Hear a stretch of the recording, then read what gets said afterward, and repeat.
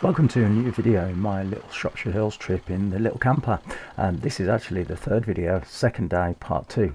I do make things confusing with these videos, don't I? Well, in this video I visit Stokesay Castle. There's a little cooking segment, which is something that I don't normally do, and then try to get some sunset photography at the Stiperstones rock formation, which unfortunately doesn't go to plan. So hope you stay with me on this little journey.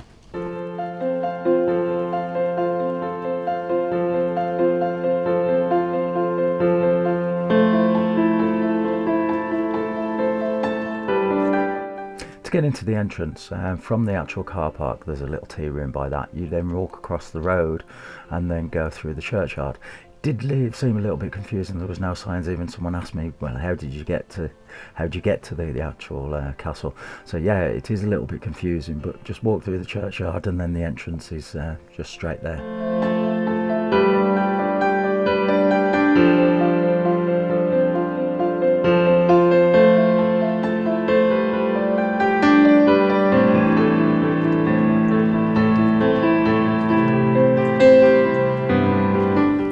Right, well basically I decided to come to Stokesay Castle. It's about 15 minutes drive from Castle. Again, English heritage. This one you do pay for. I think it's around about £10 entry fee if you're not a member, and that there is like a sharp calf and everything else. I mean, we're in the main courtyard at the moment and that, so I'm just going to have a look around, and there's also a nice church just behind as well. So let's see what we can see.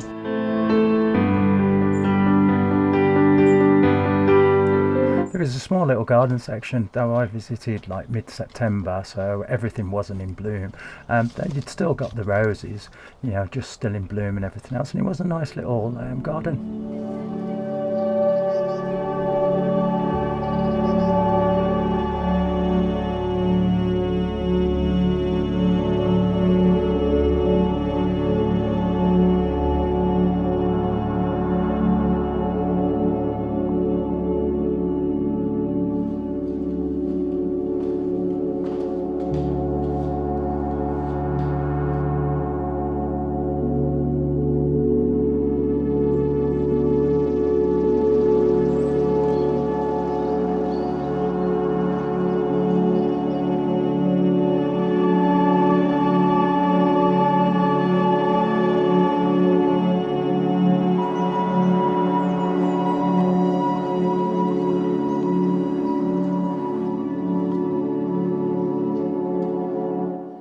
The Great Hall, well, is actually great. I mean, it's absolutely lovely. I mean, the beams at the top and the curved beams, it's amazing how they actually constructed this and that. But to get up the stairs, there is some very steep stairs and very narrow, which I did have a little bit of trouble getting up that day, because like I say, I wasn't the best, but you know, it is manageable. But yeah, if you do have a bit of walking difficulties, you know, just be wary of those steps really. And it is worth it because you get a lovely view down as well, and then that gives access to the other rooms.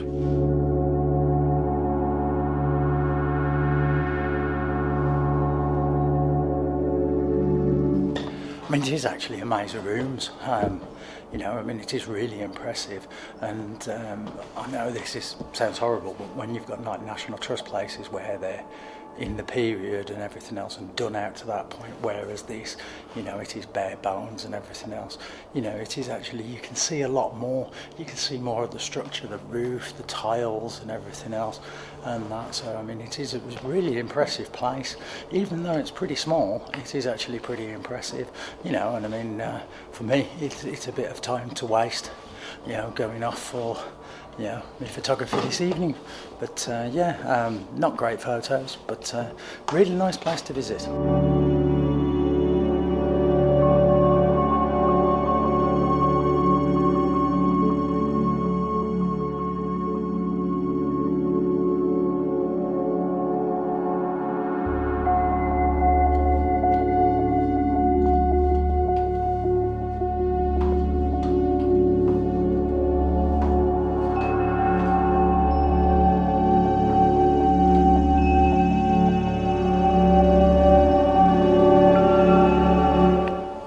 know the full history of this and a lot of other English heritage and National Trust, do remember that there's always the audio description things, the little gadget that'll play back when you tap it against something, and it'll tell you what's going on in that room.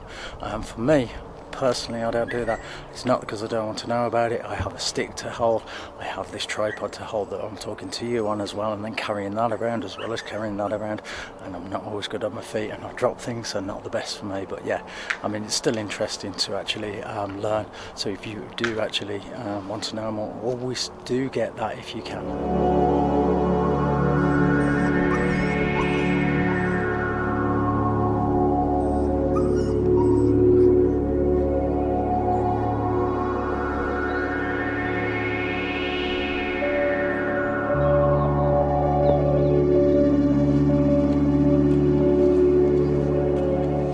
You can walk around the base, you know, it's not a moat, but you know what I mean, down below. I mean, from down here, it's a more impressive structure, because from up where you come up there, because it is higher, and these, what you see here, are below what is the ground up there. You know, it does make it more impressive this way, which is at the end of the day what these were all built for, weren't they, really, to impress other people, you know, to show off people's wealth and, you know, everything like that.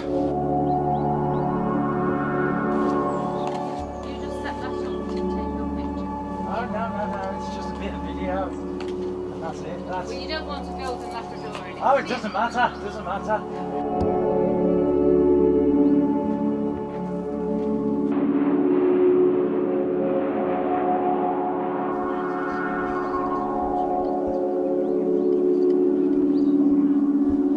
Well, I've finished now at Stokesay, because I say Stokesay or something, I think, at the beginning of the video, so I do apologise. I've got to get all these pronunciations right, because I keep doing it all the time on all my videos. And if you haven't seen those, have a look back. There we go, a bit of promotion there anyway. But yeah, just finished here anyway, so just going to the campsite, just have a drink and then decide basically where I'm stopping tonight. So yeah, I'll see you in a second. But yeah, this is a lovely place to actually visit, and that, like I say, you've got the church as well, which you can go in, and that they do ask for donations, because it does cost money to actually keep it up and running. But the actual place, like I say, is English heritage, and that. But yeah, lovely place to actually visit. Again, the history and everything else is there if you want it, and that. So yeah, lovely place.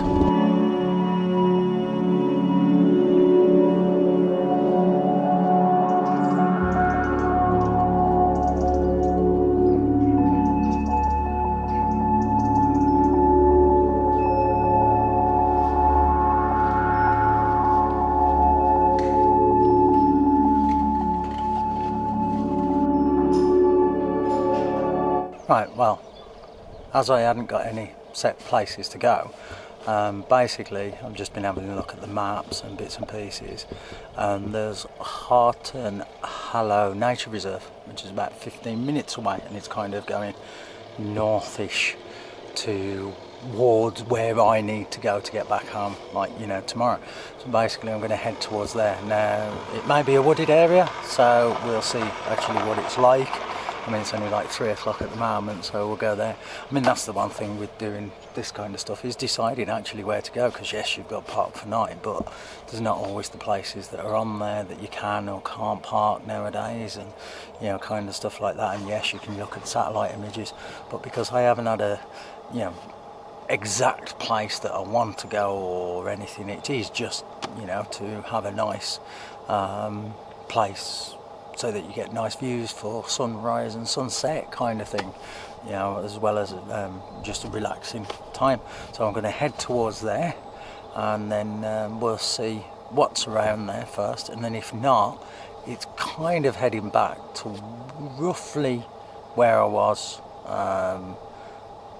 last night, straight this morning, but not in that same place, going just a bit further down or up or whatever, you know, and stuff like that. But yeah, from my point of view, it was a bit flat, and I couldn't find anything that was there. Sorry about the noise in the background there, because the car's just pulling off. So yeah, we'll see. We'll see exactly what goes on. You know, I've just had a cup of coffee, just had a relaxing, you know, and that, and then head over there, and then we'll see. So see you in a moment.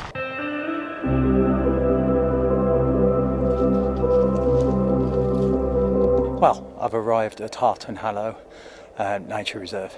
It is mainly a wooded area. It is open a little bit that way, so I'm just going to have a look around. Not that much, not that far, and literally scout around to see if it'd be any good for me for like tonight, stroke tomorrow morning. But yeah, let's just have a wander anyway.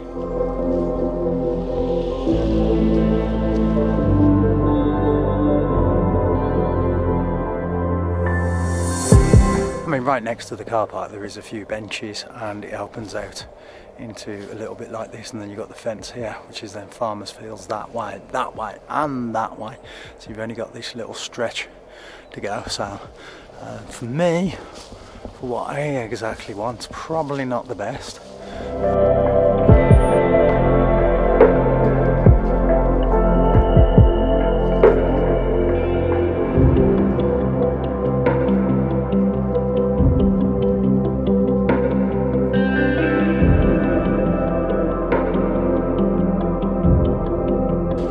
I mean, the actual place is the ancient barrier reef, it says, and I mean it is nice. It is nice wooded area and everything else. You know, if I wanted wooded areas, then this would be absolutely perfect, and everything else. You've got nice views over like that way and that way, like I showed you just before.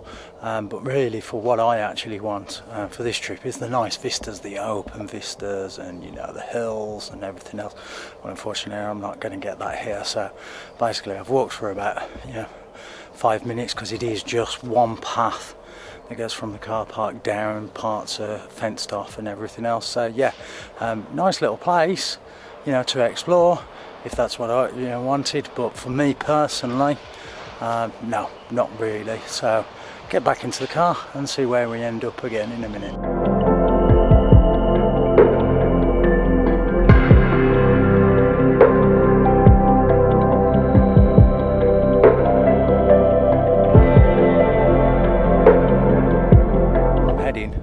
Kind of the way that I did. I mean, this road that goes around all up, I think it's Longmead and all that kind of stuff. I mean, because the National Trust place is down that way. But yeah, I mean, it is thin roads. You got to be careful and drive slowly and not pull in places and so on. But again, I mean, I've just pulled over into one of these here because you've got lovely views down that way again. So it's just, I'm going to the Devil's Chair, I think it is, and that's how I'm just heading that way. So I just thought I'd just stop off just to give you a quick update, just to show you where I am.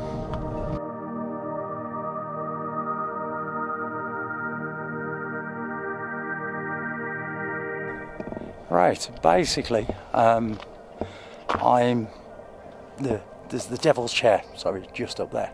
Now I'm in a car park. There is one further down. Let's go back.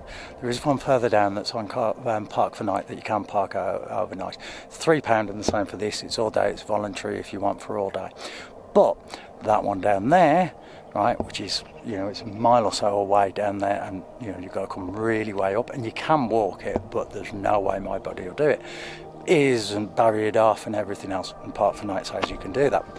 This one, which is the one, there is a barrier across. Now it does say no overnight parking, which, fair enough, but I want to get up to there, right, which you can see the rock formations and everything else for sunset. Now the problem is what time do those gates close? And I've asked a few people, but none are local to the area, so we're not 100% sure. So I mean, the only thing that, like someone suggests, leave a note in the car just to say I'm up there, with a mobile number on. I mean, the worst that can happen is they lock the car in, which in this case, yes, it's no overnight stays, but then I've got no choice because the car's here. So I'm very unsure what to do. So basically what I'm going to do is pay me £3. Right, so for food tonight, everything falls out. I got some tuna. I have one of these pasta sauces, which is tomato, basil and mascarpone. Whether it will go, I don't know, but I like tuna. And then, for once, naan bread, which I can then toast. So, let's have a go at starting this, shall we?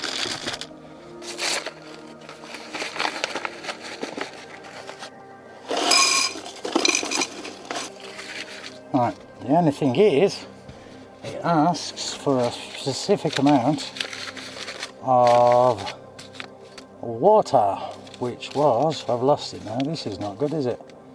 250 ml of water. Well, the one thing that I found in this camper anyway, for when doing teas and coffees, basically one of these 500 ml bottles is enough for basically 2 drinks. So for when me and the missus are there, because basically we use big bottles of water which are stored under their 2 litre bottles, and then we just fill these up, so it makes it easy when putting into the kettle.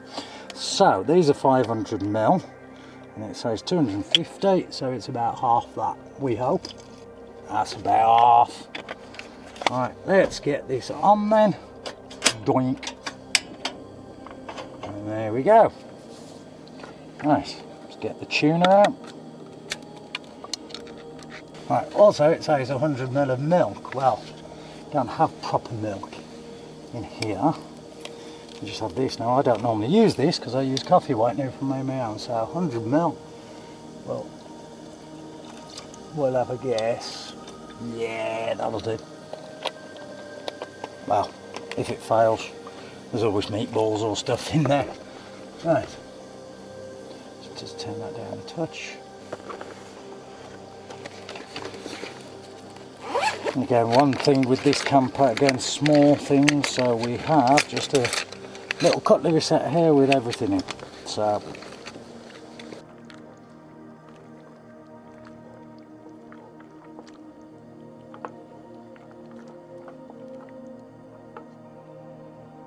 I mean, again, for anybody that hasn't seen in this camper, I mean, up there we've got the tea, coffee and sugar and the cutlery that you've seen earlier. Sorry, the lens is steaming up. Inside here there's food, it's mainly tin stuff. It just makes it easier because, you know, it's hard to cook fresh in this, because we have only got the one little thing, and then in the bottom here is all the plates, bits and pieces, and that's where the cooker goes when not in use as well. I don't think that long now, it's just a few more minutes. I'll add the tuna when I put it into the bowl, I think, because I'm going to have it in a bowl, it'll be easier. Right, that looks like it's done, so turn all that off. Right. Probably not the best thing doing it on my lap. I was going to do the naan bread, but to be honest, I think there's enough here. Add the tuna. Hi, it's hot on my knees. It is hot on my knees. It is hot on my knees. Ah. Give that a bit of a mix in. Just a tad bit of salt, and there we go. Well, it's not lit up properly, but you get the idea anyway. So let's see how it tastes. Well, not too bad for 10 minutes, quick and easy. What, 80p for the thingies? I don't even know how much tuna is now. 80p, £1.50 kind of thing for a bit of a meal. Yeah, nice warm meal in a camper. Yeah, brilliant. In this kind of size anyway, you can't go wrong. Now, the only problem with not having like any kind of running water is washing up. So the way we've done it is just use a little bit of water in those. Right, put them in there. Give them a quick sweep out outside. Use a bit of paper towel. To clean them so that they're not dirty straight away, and then when we get home is then clean them properly. So that's what I'm going to do now.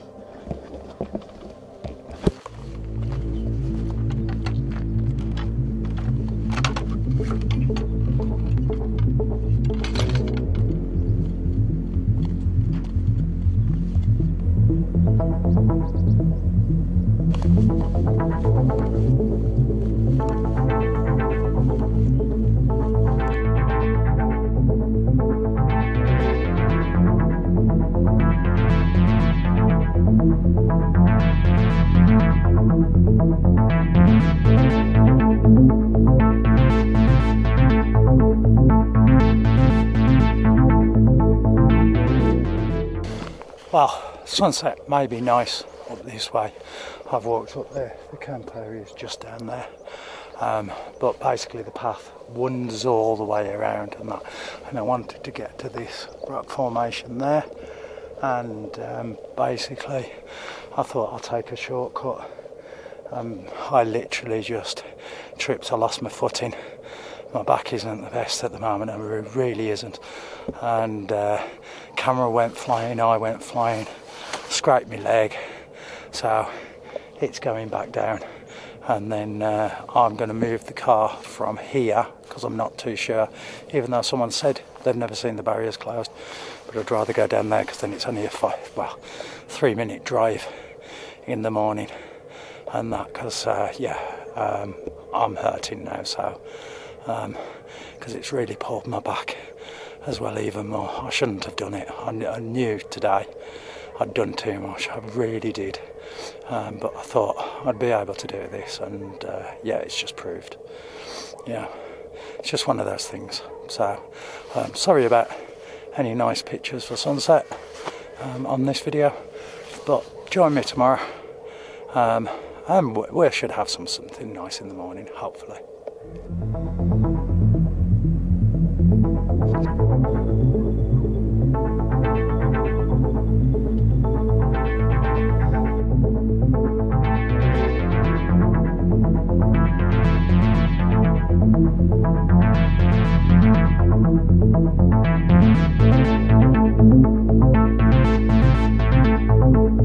Well, this is where I've parked. There's another camper here that I'd actually pull into the other car park and then come away. Because again, I'm not knowing if you can stay overnight, but basically, I mean, it's not a bad little place. It's just not the views that I would like. But even before going up there, I knew I wouldn't have been able to make it properly, and I was just rushing, just trying to push myself too much and really too much. It's just one of those things.